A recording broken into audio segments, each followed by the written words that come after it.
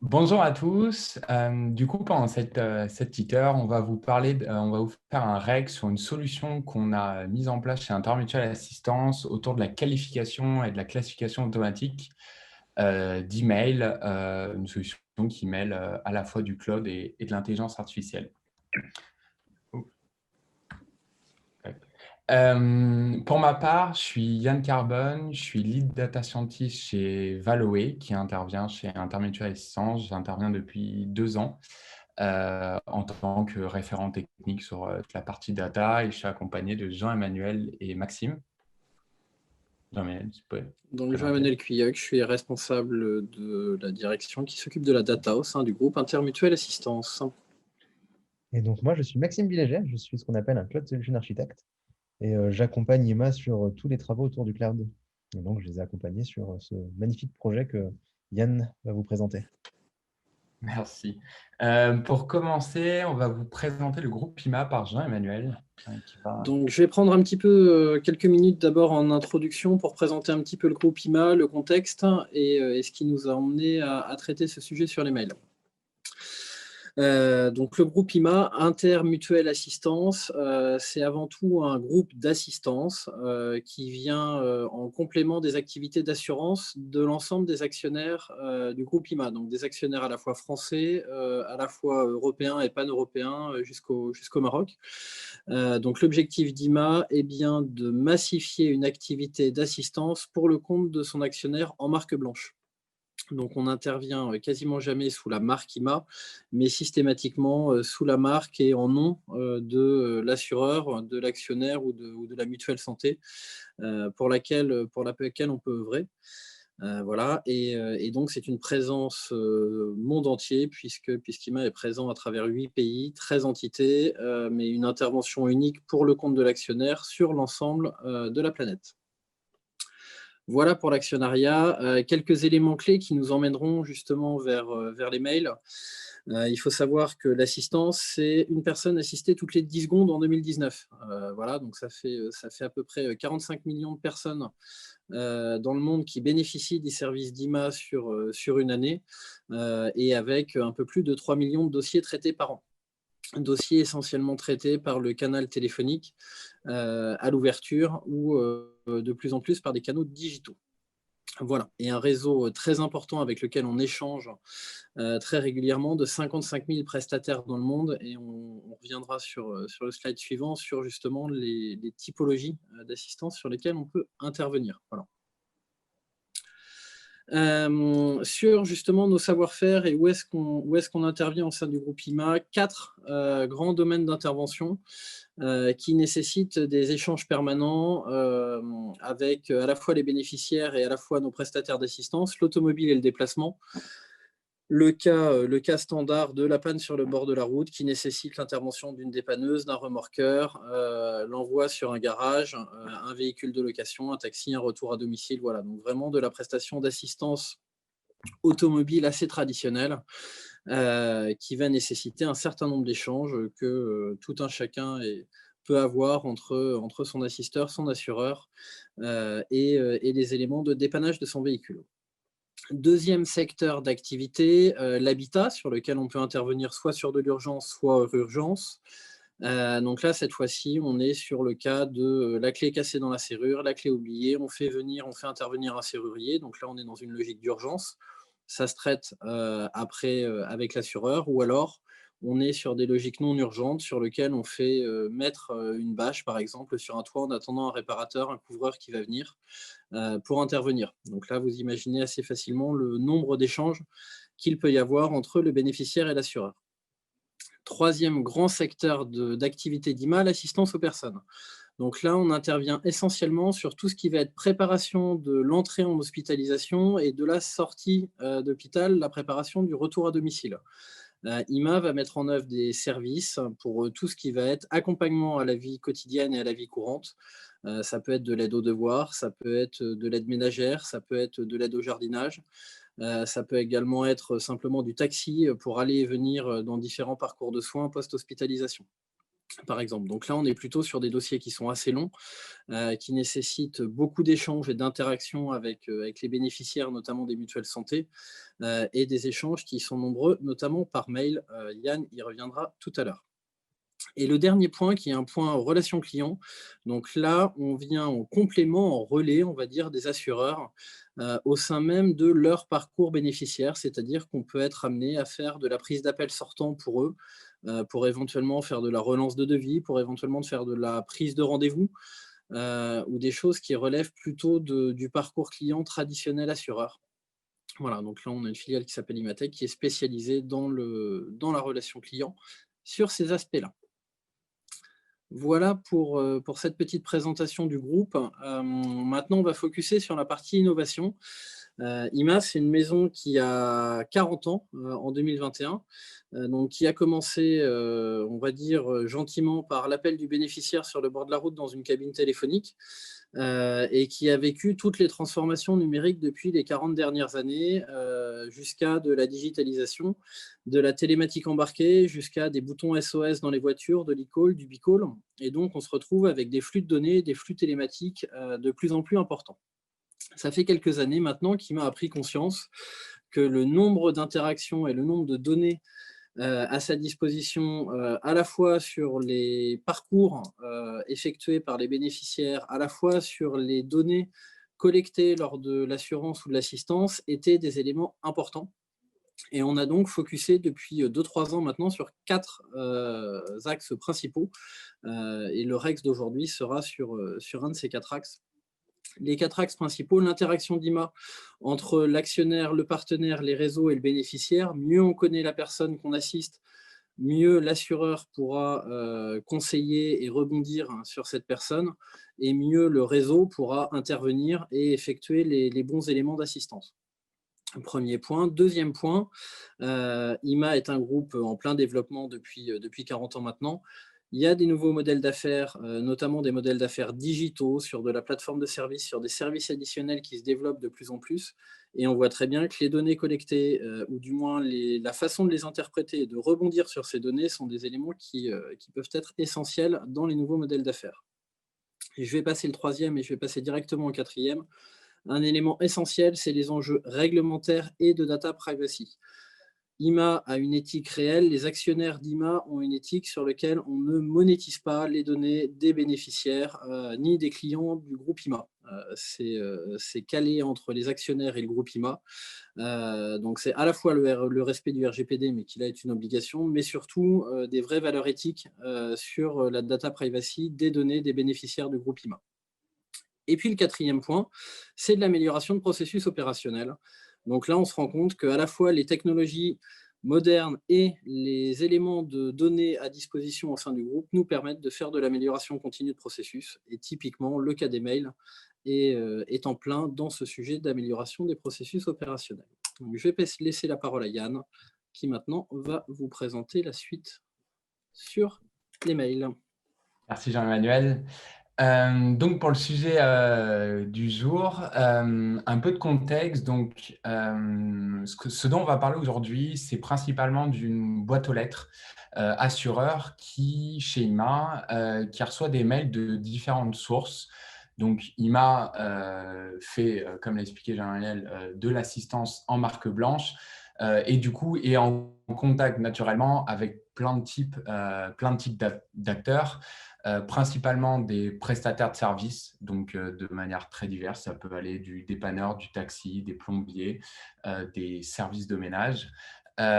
Aussi en direct avec les bénéficiaires, donc en fait les personnes qui sont assistées, et aussi un peu moins, mais aussi directement avec nos clients mutuels qui communiquent via nous à cette boîte aux lettres. Donc cette boîte aux lettres, en fait, c'est le point central chez IMA de réception de tous ces mails. On parle environ de 500 000 mails par an et avec une augmentation forte. Alors, une augmentation déjà de par le nombre de dossiers d'assistance qui n'arrête pas de croître tous les ans chez IMA depuis pas mal d'années. Et même sur le rapport nombre de mails par dossier, il y en a de plus en plus parce que, comme l'explique Jean-Emmanuel, IMA se diversifie beaucoup, va chercher plein de nouveaux clients, de nouveaux marchés. Et donc voilà, donc c'est du nouveau business, plus d'activités qui demandent aussi des besoins un peu plus spécifiques et nouveaux. Voilà. Et cette boîte mail est actuellement traitée par une équipe équivalente de 10-12 ETP, sachant que ça monte un petit peu plus en ce qu'on appelle la saison, qui est l'été, en fait, les mois de juillet, août principalement, où il y a une forte augmentation du business et de dossiers d'assistance. Les objectifs sur ces mails, donc ce que fait actuellement à la fois cette équipe et ce qu'on a voulu mettre en œuvre, ils sont multiples. Donc, les mails, en fait, l'objectif est assez simple. Ils doivent être envoyés vers le bon service. Donc, les services chez IMA sont assez divers. Donc, c'est à la fois le service de plateaux d'assistance qui sont répartis par segment d'activité, donc souvent par client, en fait, pour traiter au mieux, par exemple, les dossiers de la Massif. On va avoir un plateau spécialisé dossier de la Massif pour la mobilité, donc pour tout ce qui est voiture. On va avoir un service pour le médical. Voilà, on a plein de services comme ça de plateaux d'assistance ou alors des plateaux qui sont spécialisés dans certains types de tâches spécifiques. On va par exemple parler du service linguistique qui s'occupe de traduire les mails qui ne sont pas en français pour qu'ils puissent être traités par nos chargés d'assistance, du service justificatif par exemple, qui est un domaine un peu particulier chez IMA pour le remboursement de nos bénéficiaires. Une autre chose à qualifier, donc ça a été aussi le degré d'urgence. Vous vous en doutez, chez IMA, en fait, un peu comme Jean-Emmanuel le dit, il y a différents types d'activités. Donc, il y a vraiment de l'activité très urgente, typiquement le bord de la route avec la voiture dans le fossé ou pas dans le fossé, mais du coup, la personne qu'il faut aller remorquer ou dépanner. Et des choses plus, entre guillemets, asynchrones avec des dossiers qui peuvent prendre plusieurs mois, donc par exemple dans le médical, et qui sont un peu sur la durée. Donc, il y a des degrés d'urgence diverses. Si aussi une action doit être effectuée, donc ça, en fait, il y a deux typologies. C'est ce qu'on doit faire. Est-ce que le mail est pour une action de notre part ou pour information par rapport au dossier d'assistance? Ça aussi, c'est très important parce que ça nous permet de prioriser sur les plateaux d'assistance, en fait, les tâches que doivent faire les chargés quand ils ne sont pas forcément au téléphone. En fait, ça nous permet de prioriser un peu tout ça. Et enfin, évidemment, pouvoir être en capacité de rattacher un mail au dossier d'assistance correspondant parce qu'on n'a pas forcément on n'a pas ce lien de manière informatique, on va dire. L'objectif donc de ce prototype, c'était de traiter 50% du volume automatiquement. L'idée, c'était pas du tout de… D'ailleurs, le product owner a choisi les 50% de volume les plus challengeants. Voilà. Et pour ça, on a sélectionné avec lui des règles métiers qui permettent d'obtenir ce volume. Donc, des règles métiers, c'est en fait des règles que l'équipe dont je parlais tout à l'heure de qualification s'occupe actuellement, donc qui change. Donc, par exemple, si le mail il est en anglais, c'est des règles, je vous les ai un peu simplifiées pour vous les présenter. Donc, si le mail est en anglais, il faut l'envoyer au service de traduction. Si le mail il contient un justificatif de paiement, par exemple un ticket d'essence ou de paiement de péage, et que ça concerne le segment mobilité, donc tout ce qui est voiture, il faut l'envoyer au service justificatif. Il y a plein de règles métiers comme ça, aussi des règles spécifiques par rapport à nos clients. Donc, on a des demandes des fois de certaines mutuelles, assureurs ou même constructeurs spécifiques. Donc, on met en place des règles de traitement des mails automatiques, pas automatiques du temps, spécifiques. Donc, voilà, c'est quelque chose qui est changeant. Il y en a pas mal et qui évolue pas mal. Ça va être assez important pour la suite. Et l'objectif de ce POC était à la fois sur la faisabilité. Donc, comme j'ai expliqué, les 50% de volume, ce n'était vraiment pas le plus simple. Le but, c'était de prendre ce qui était le plus compliqué pour voir si vraiment on arrivait à automatiser en fait, et à avoir le niveau de compréhension qu'un humain a. se challenger sur le coût, parce que c'est toujours la même chose, quand c'est compliqué, ça peut aussi devenir très vite cher. Et aussi quelque chose par rapport au programme data, donc, qui a contractualisé avec Azure il y a un peu plus d'1 an, de se challenger sur une première solution 100% cloud. Et pour cela, je vais laisser la parole à Maxime qui va vous parler un peu de cloud avant de revenir Merci au sujet. Yann. Donc moi, rapidement, effectivement, je vais vous expliquer un peu ce que c'est que le cloud et qu'est-ce que ça apporte en fait de travailler avec un cloud provider. Donc en fait, là, ce que vous voyez à l'écran, c'est à peu près ce que vous montrent tous les cloud providers et c'est un peu le niveau de service qu'apporte le cloud.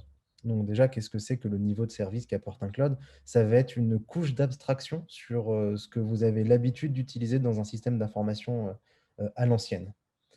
Donc au lieu de vous présenter ça comme tous les autres cloud providers, je vais vous faire plutôt l'allégorie de la pizza.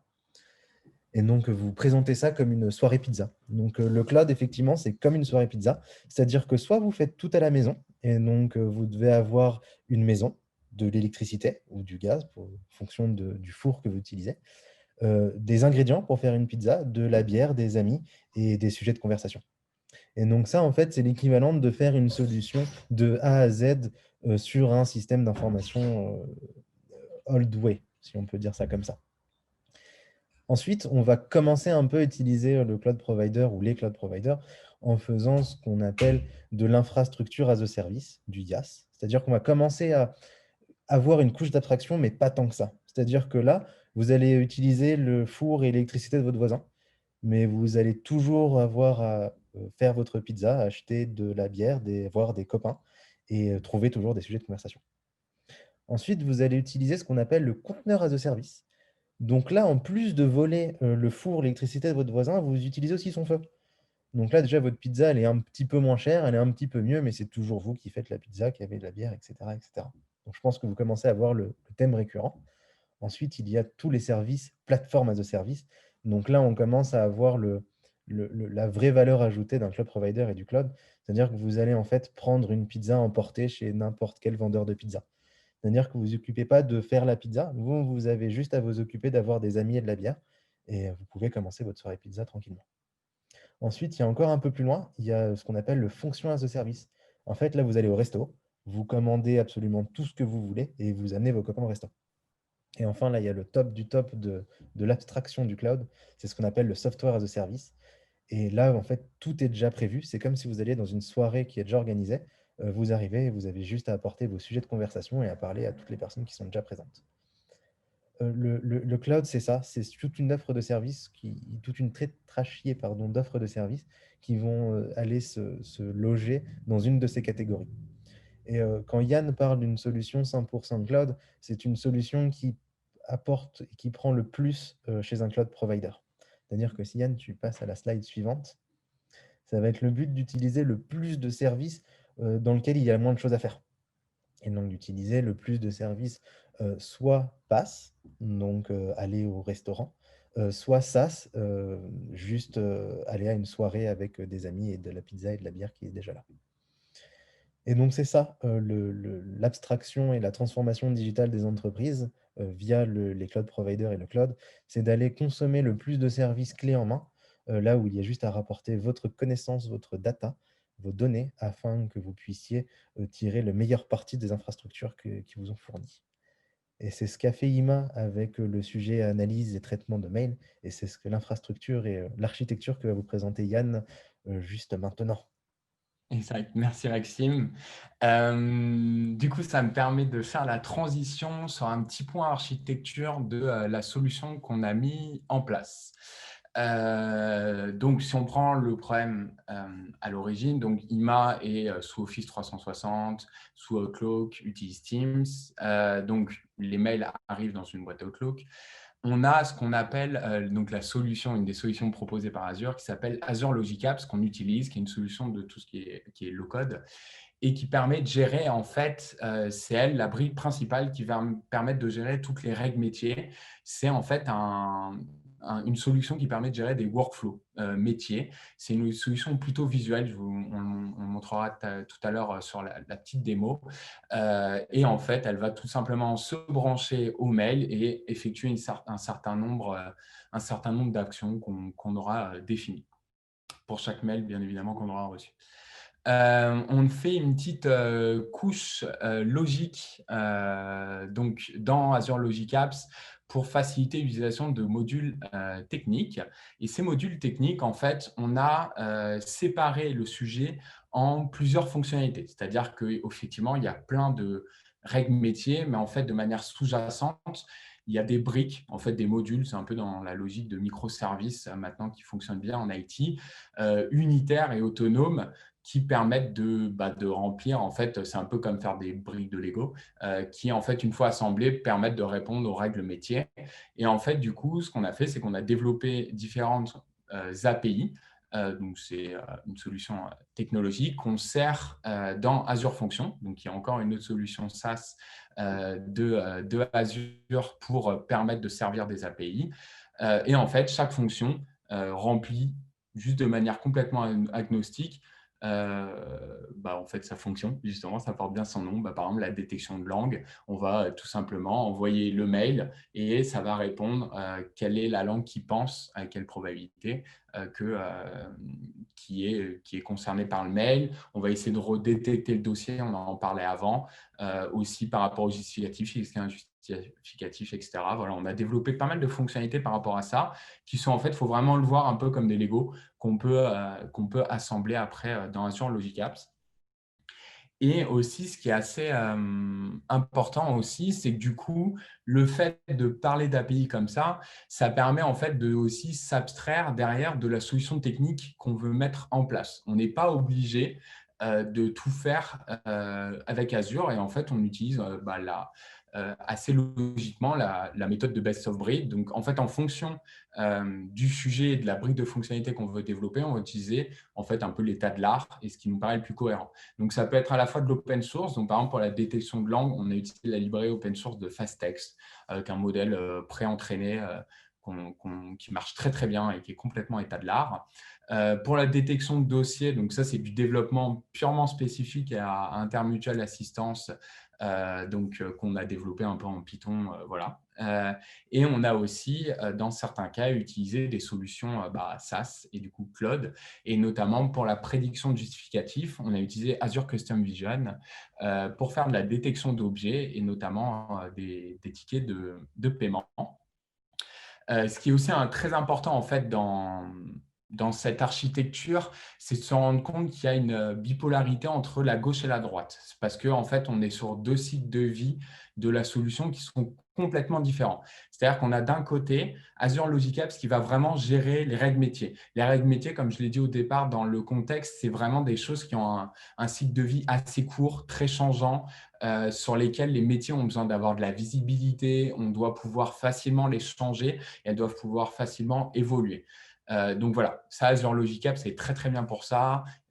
C'est des briques très visuelles qu'on peut utiliser. Et de l'autre côté, il y a des modules, là pour le coup, donc de la partie droite, des modules très techniques qui, eux, vont peu bouger, qui ont besoin d'être robustes, particulièrement testés en termes de performance, d'intégration, etc., pour être sûr qu'il y a une très bonne qualité qu'on peut utiliser de manière un peu agnostique dans n'importe quelle typologie de règles métiers. Et évidemment, en dernier point de cette architecture, en fait, tous les flux qui passent dans Azure Logic Apps sont aussi enregistrés dans une base de données SQL sous Azure.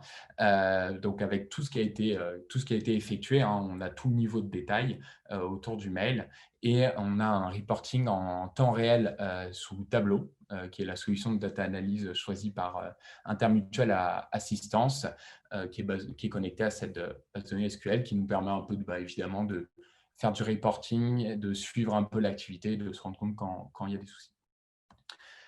Avant de passer un peu à la démo, on voulait vous faire un point sur la méthodologie de ce projet. Donc, on l'a développé, en fait, ce projet cette année, le hasard a fait qu'on l'a développé pendant le confinement. Il a quasiment commencé au moment du confinement, ce qui a été aussi un challenge pour nous, mais pas tant que ça, parce qu'en fait, le programme data, du coup, on est déjà organisé beaucoup, on travaille énormément en agile.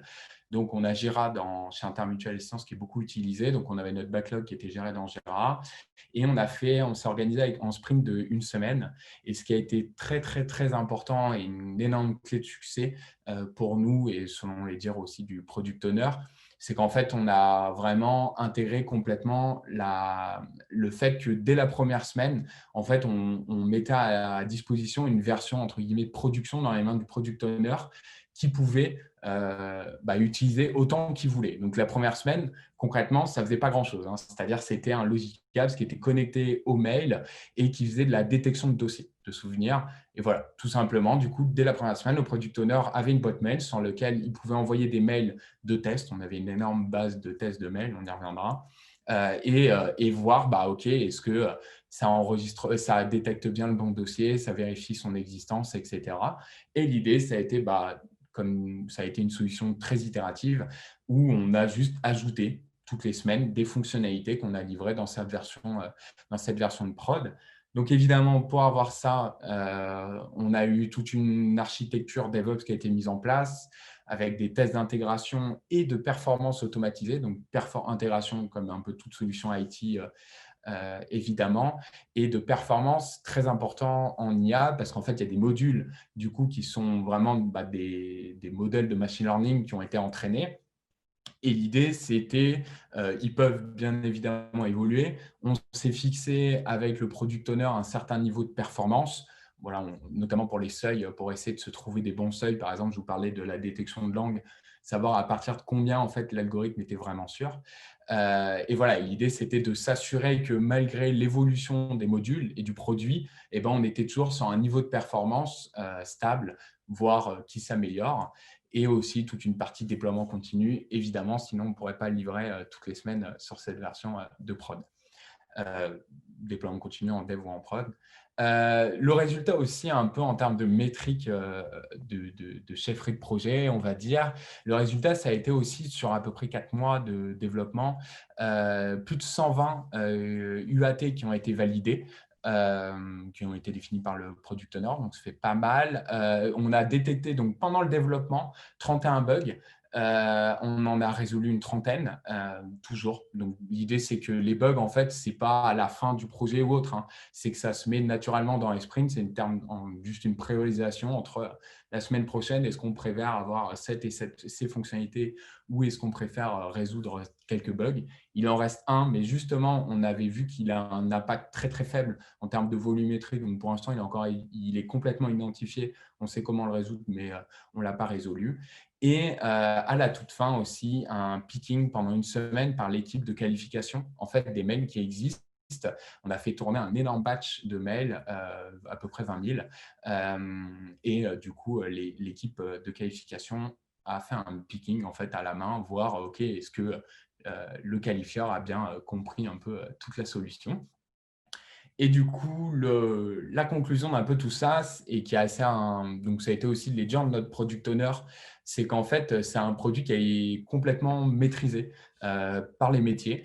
Honnêtement, même plus que nous, des fois, que l'équipe technique, je pense qu'ils le connaissent encore mieux, ils ont pu l'éprouver énormément. Le fait de l'avoir constamment à disposition, ça a été un vrai succès pour eux parce que du coup, voilà, ils sont très sereins sur le fait de le déployer, de l'utiliser et de brancher des mails à ça.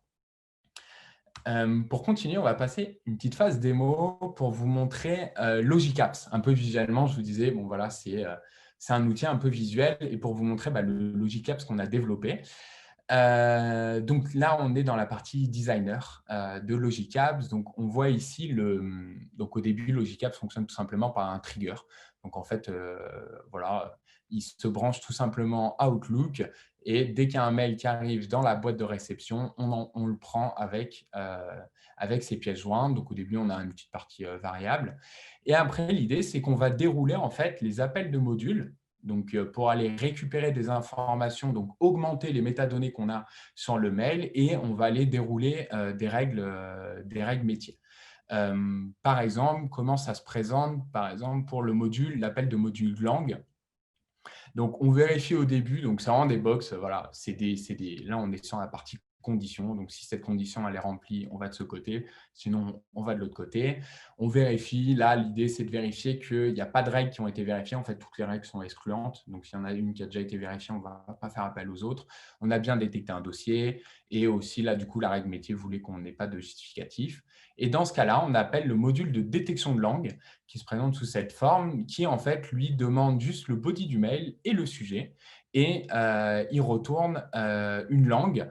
Et on va considérer, on a décidé, en fait, avec des matrices de confusion et le product owner, de considérer que, en fait, la langue, l'algorithme est vraiment sûr de la langue détectée quand la probabilité est supérieure à 70%. Voilà, et dans ce cas-là, on intègre dans une variable le code langue qui a été détecté. Voilà. Et après, derrière, ça nous permet de dérouler pas mal de règles. Et par exemple, celle qui vient tout de suite après, c'est en fait, ça permet de dérouler une règle métier autour du médical étranger. Donc voilà, là, pareil, on vérifie un peu est-ce qu'on active bien la règle. Et après, l'idée, ce n'est pas vous rentrer dans les détails des spécifiques intermutuelle licence, mais vous montrer qu'en fait, après, là, on est sur du spécifique intermutuelle licence où on regarde un peu si le périmètre métier du mail est le bon. Donc, on regarde ici ce qu'on appelle la nature d'assistance. Donc, ça parle bien ce qu'on veut. On regarde certains flags qui sont internes. Donc, ça, c'est le module de régulation. Si le pays de survenance est bien la France, s'il y a bien une fiche blessée, si le code langue est en France, etc., si ce n'est pas un justificatif. Donc, en fait, l'idée, ce n'est pas de vous montrer un peu tout ça, c'est plus de vous montrer le fait qu'en fait, c'est hyper souple et hyper facile à mettre en place des règles métiers, parce que là, du coup, on peut facilement les enlever.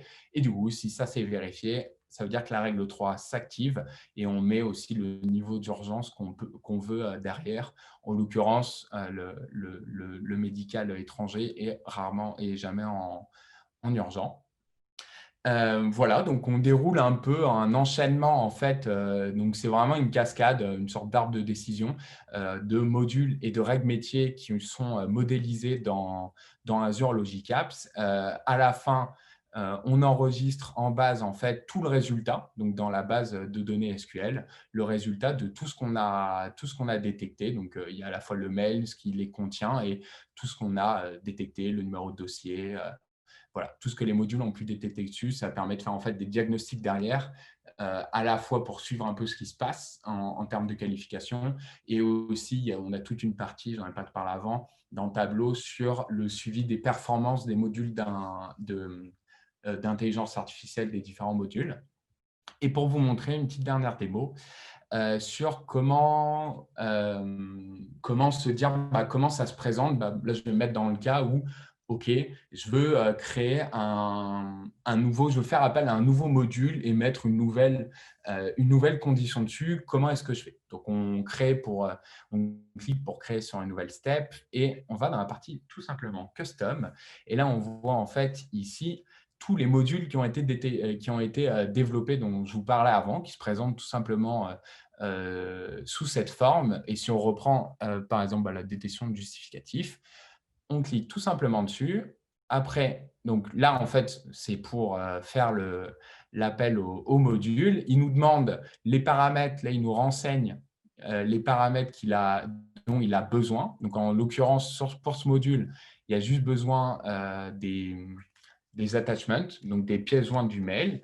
Ici, en fait, on a une petite partie visuelle qui permet en fait d'aider, en fait, où on voit un peu toutes les variables qui sont actives dans le Logic Apps. Donc, c'est tout ce qui a été appelé avant, on peut y accéder. Et notamment, par rapport au trigger, on a accès un peu à tout le contenu du mail. Et donc là, vous vous en doutez, on va tout simplement y mettre la variable attachment. Et là, c'est fait. On a un appel au module détection de justificatif, donc parce qu'on le refait une deuxième fois, sur lequel on peut accéder tout simplement derrière. Et donc, si on veut mettre tout simplement une condition sur ce nouvel appel de module qu'on a fait, donc on clique sur la partie condition, donc on a quelque chose qui apparaît, qui est assez simple.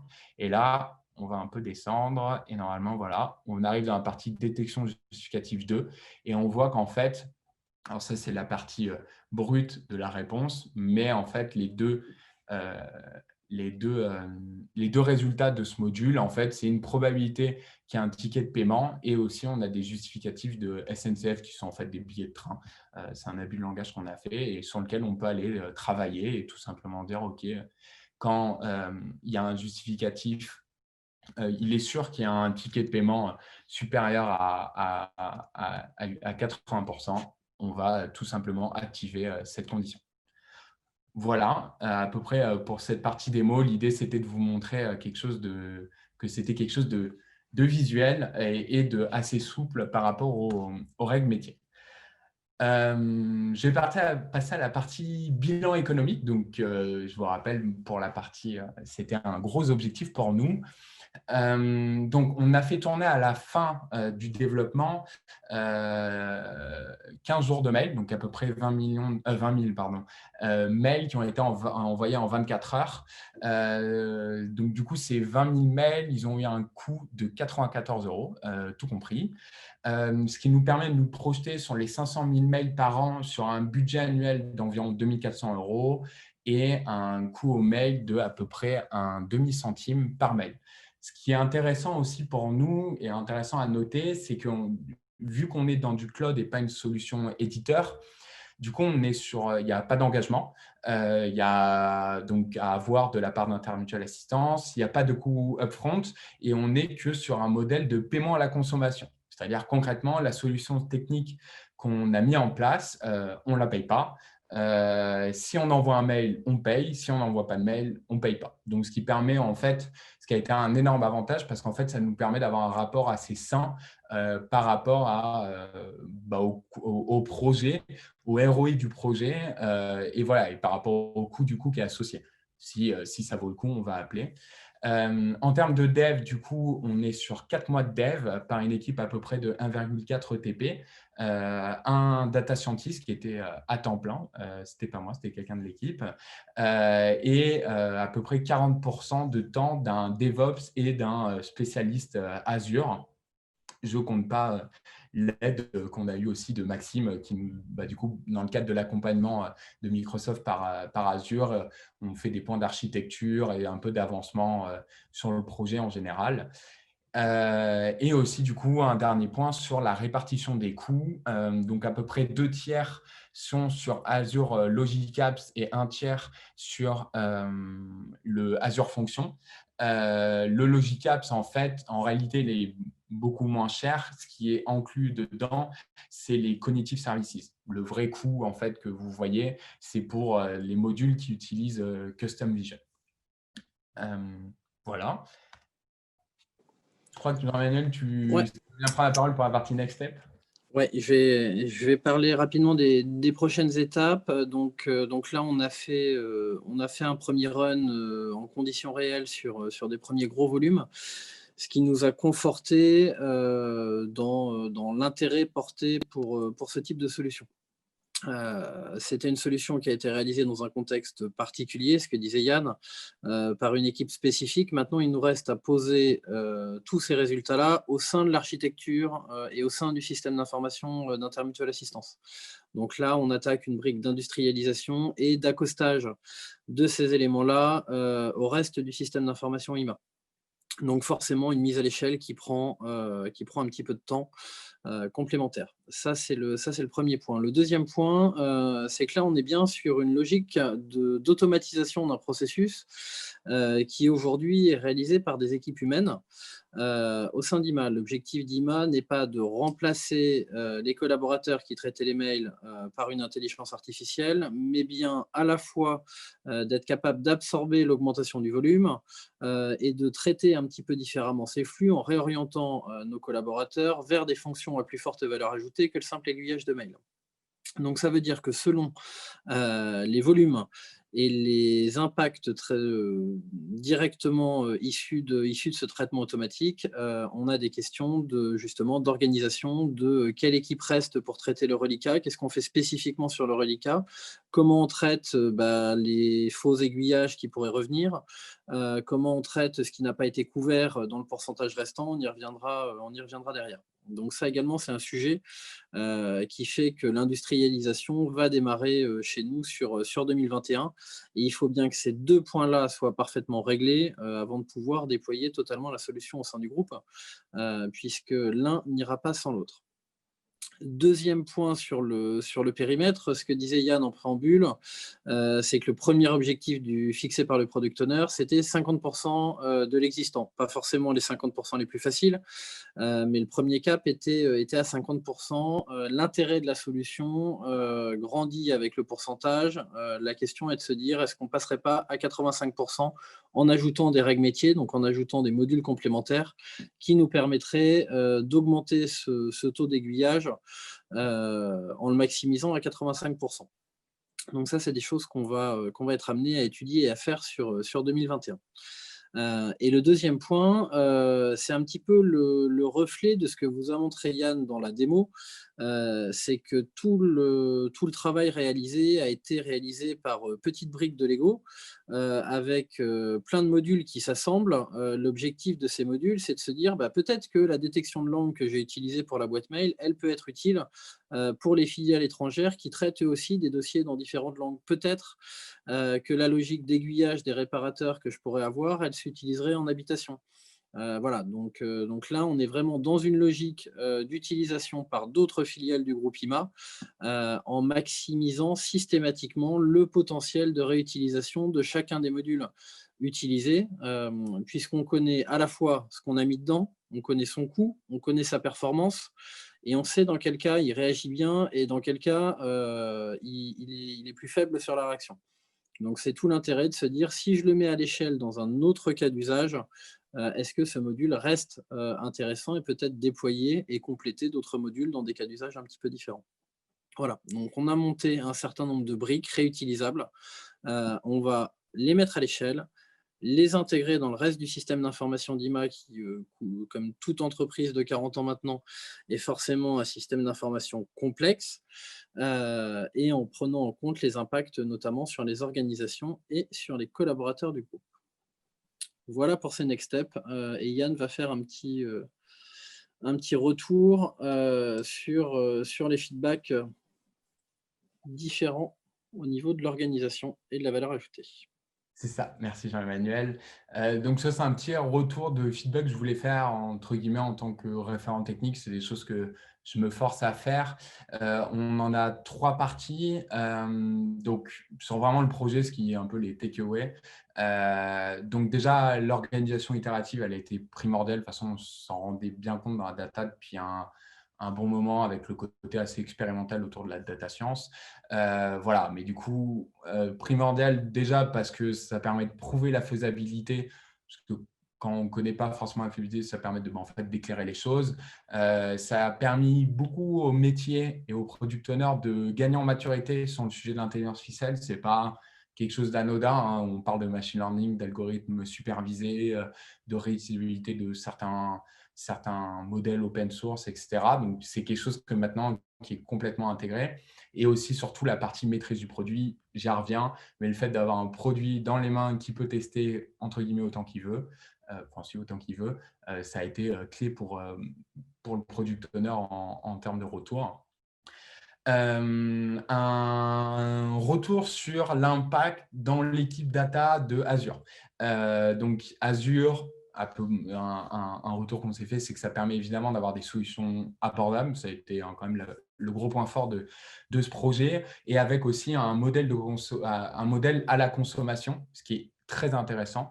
Parce que voilà, on ne paye pas et après on voit ce qu'on fait. C'est vraiment, on paye parce qu'on y voit de l'intérêt. Par contre, entre guillemets, de l'autre côté de la balance, ça fait apparaître un nouveau profil en fait dans notre équipe data qui est le DevOps et spécialiste Azure. D'ailleurs, on a quelqu'un qui nous a rejoint il y a très peu, il y a quelques semaines, parce qu'on s'est rendu compte vu qu'on multiplie les sujets sur le cloud, et en fait, on a vraiment besoin de ce profil à temps plein. Donc voilà, c'est un profil qui historiquement n'était pas présent parmi les data, qui est différent du data ingénieur, data analyst, data scientist. Donc voilà, qu'il faut intégrer et qui arrive à collaborer avec les différents métiers. Et un dernier point aussi, là, c'est vraiment d'un point de vue par rapport à la data science et le cloud. Moi, mon retour, c'est qu'il y a une forte valeur ajoutée du cloud de certains services SaaS sur certaines parties de la data science, notamment la vision, tout ce qui est détection d'objets, classification d'images. Concrètement, il y a des solutions open source qui existent, ceux qui sont un peu spécialistes, il y a tout ce qui est transfer learning qui existe, mais le fait d'avoir des outils visuels SaaS qui sont assez abordables, on va dire, et hyper faciles d'utilisation pour entraîner des modèles et après avoir une version prête en prod et utilisable, c'est un gain de temps assez gros, mais pas sur tous les sujets, notamment tout ce qui est textuel, la détection de langue, le sentiment. On a fait pas mal de tests, notamment cette année en 2020, de comparaison entre Azure et des solutions open source. Notre règle, c'était vraiment sur le côté, en fait, les perfs sont équivalentes sur des sujets qu'on a eu de détection de langue, de sentiment en textuel. Mais sauf que du coup, avec de open source, c'est gratuit, parce qu'on peut les héberger on-prem versus du cloud qui va faire payer à l'utilisation. Donc, on en revient sur le mode de la consommation qui permet en fait de ressortir quelque chose de vertueux en fait par rapport à nos produits. On a fini et on va passer à la partie questions, si on peut nous les restituer. Écoutez, merci beaucoup et puis bravo pour cette conférence à 3 voix, particulièrement intéressante. Et merci pour le respect du timing. Donc, on a à peu près 10 minutes, un quart d'heure pour les questions. Alors, de mon côté, je n'ai pas encore aperçu de questions. J'espère que j'ai bien accès à tout. Est-ce que de votre côté, l'un des conférenciers pourrait me confirmer ça en allant sur la plateforme Imagina? Mais moi, je n'ai pas de questions, je suis un petit peu surpris. Alors, je suis sur la plateforme et je ne vois rien non plus. Oui, vous ne voyez pas non plus. Donc, vous êtes logué sur votre conférence et puis tout en bas, vote et questions, c'est ça? Oui, c'est ça. Oui, d'accord. Alors, moi, je n'ai pas une question sur les pizzas, mais par contre, j'ai trouvé l'image particulièrement excellente et ça m'a permis de comprendre des choses que je n'avais pas comprises avant. Donc, merci beaucoup pour votre effort de pédagogie. Merci beaucoup pour ce retour d'expérience qui est particulièrement concret, avec une conférence à 3 voix qui a montré les trois aspects tout à fait intéressants de ce retour d'expérience. Alors, j'ai une question qui est apparue donc à l'instant et que je vous transcris. Je n'ai pas bien compris le principe des services en marque blanche. Comment cela fonctionne-t-il? Est-ce que vous pouvez répondre à cette question? Alors, je vais prendre les questions. En fait, quand on dit IMA intervient en marque blanche, le cas concret, vous tombez en panne au bord de la route, vous êtes assuré à la Maïf. Quand vous appelez le numéro de téléphone qui est sur votre carte verte, la personne qui vous répond Maïf Assistance, bonjour, et va vous dépanner et vous assister. Toute la relation que vous allez avoir avec la personne au téléphone, avec les différents services digitaux, seront brandés au nom de la Maïf. Pour autant, c'est bien Intermutuelle Assistance qui opère derrière et qui va mettre en œuvre à la fois le décroché au téléphone et la personne qui va mettre en œuvre la dépanneuse pour venir vous chercher, qui va missionner le véhicule de remplacement, le taxi pour vous ramener chez vous. C'est bien des collaborateurs du groupe IMA qui œuvrent sur ces services-là au nom de l'assurance, de la mutuelle pour laquelle vous êtes bénéficiaire. Voilà, j'espère être clair. Tout à fait.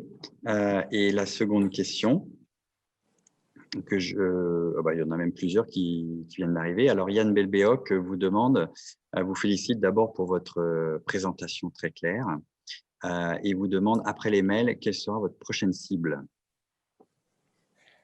Alors, il y en a beaucoup. Il y a tout un travail sur, en fait, plus l'intégration. Alors là, entre guillemets, on est sur la première step, donc c'est vraiment les mails, c'est le premier rendu. Mais après, en fait, on envoie au bon au bon service, mais par exemple, on a un service facturation qui va se charger de prendre les factures de prestataires et qui déjà intègre automatiquement une partie des factures automatiquement dans notre outil de gestion. Et l'idée, ça va être d'aller automatiser un peu tout ce qui est derrière. Donc, par rapport à ça, donc, il y a la partie justificatif, donc il y a des factures prestataires aussi, il y a tout ce qui est RIB aussi à intégrer automatiquement. On a pas mal de sujets actuellement autour de ça. Et on a aussi un sujet d'identification des pièces jointes, c'est-à-dire qu'en fait, on se rend compte que dans certains cas métiers, donc ça c'est un sujet que je vais faire remonter, on va demander par exemple aux bénéficiaires de nous dire « Ok, faut que vous nous envoyez votre RIB et un justificatif d'identité. » Ok.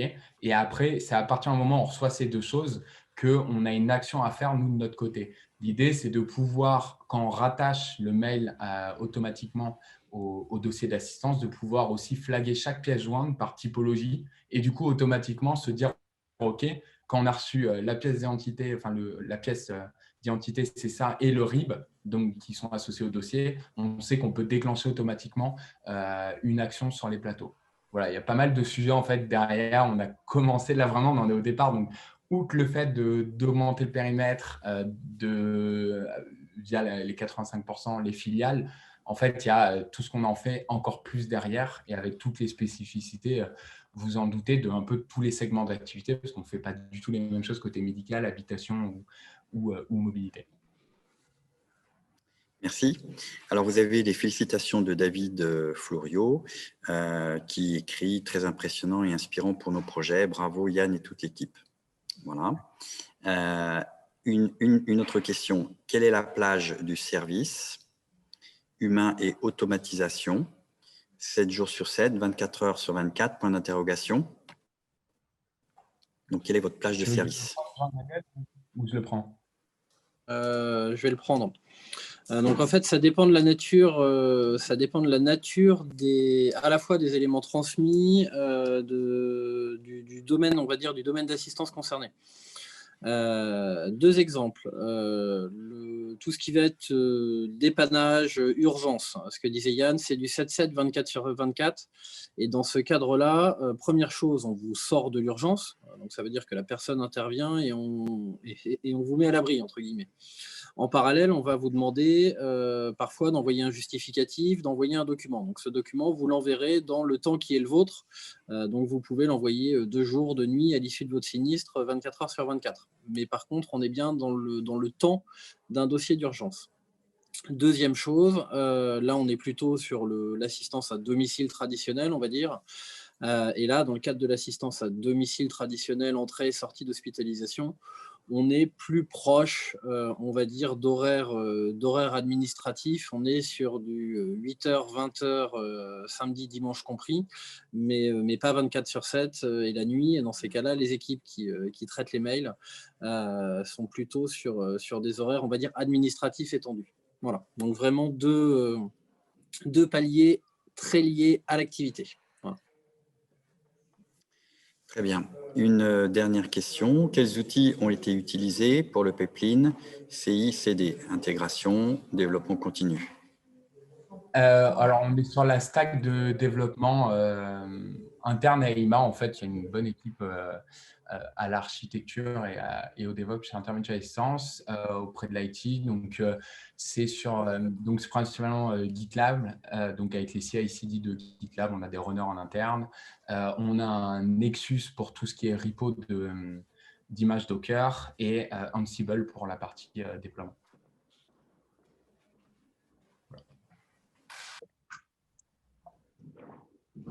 Ce qui est à peu près utilisé un peu partout chez Intermutual Assistance. Merci à tous. Très bonne fin de journée. Au revoir. Au revoir.